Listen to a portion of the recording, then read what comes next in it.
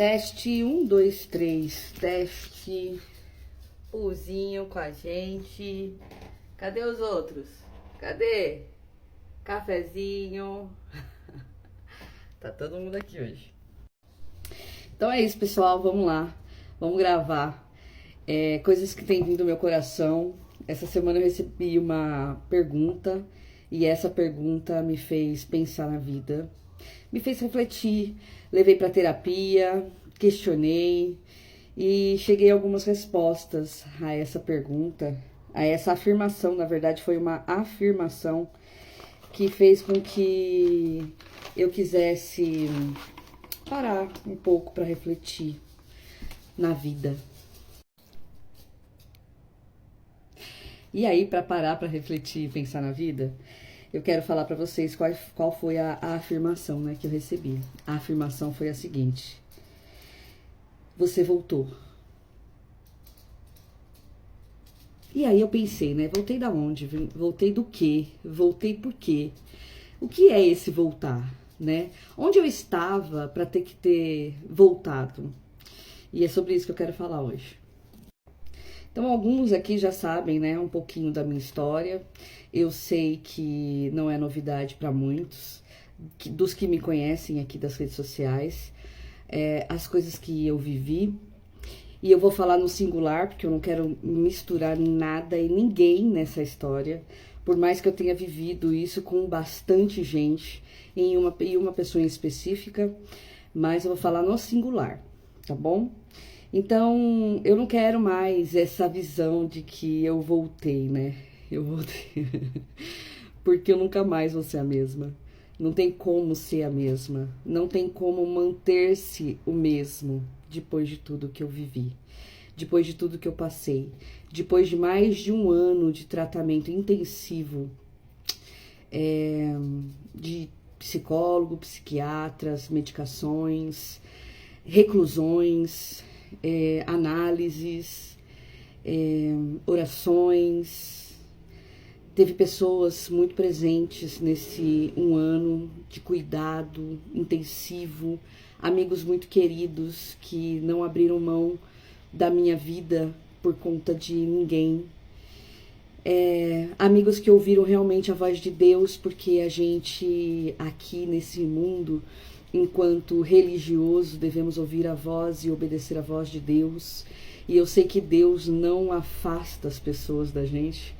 O que afasta pessoas da gente é o egoísmo, é o ego, lideranças abusivas. Então, esse último ano, para ser mais exato, agora em março, fez um ano da cereja do bolo. Foi um momento, assim, foi um período de trevas. E por que a gente pode falar aqui que foi um período de trevas? Foi um período de trevas porque eu fiquei realmente muito mal. E eu acho importante trazer isso aqui, porque com esse meu retorno, essa minha volta, as pessoas têm me questionado sobre isso, né? Onde você estava? O que aconteceu? Por que você sumiu? Sabe, quando você vive uma situação muito difícil, muito. Se coloque aí numa situação difícil, pense aí em uma situação difícil, em que pessoas que você imaginou estar do teu lado viraram as costas, inúmeros, te cancelaram nas redes sociais, deixaram de te seguir, deixaram de falar com você, ou os poucos que ficaram ainda assim, era só para fuxicar ou ter motivos, né, para chutar o cachorro morto, porque era isso, era assim que eu estava, como um cachorro morto. E nesse período eu consegui enxergar, para a glória de Deus, né, graças a Deus, quem realmente estava do meu lado porque me amava. E essas pessoas eu não vou esquecer jamais. Nesse um ano de tratamento intensivo, de busca, de tentar sair do buraco, de sair da depressão, de me livrar do trauma, de me livrar de muitos anos de abuso, esse um ano eu consegui enxergar tanta coisa, gente. E eu quero compartilhar um pouquinho aqui com vocês sobre isso. Eu acredito que eu não vou conseguir falar, enfim, né, sobre em um vídeo só. mesmo porque eu tô aqui hoje com os cachorrinhos, a casa tem barulho, a gente, graças a Deus, conseguiu manter a nossa casa. Alguns sabem aqui da história de conseguirmos essa casa, ela foi um presente realmente da parte de Deus.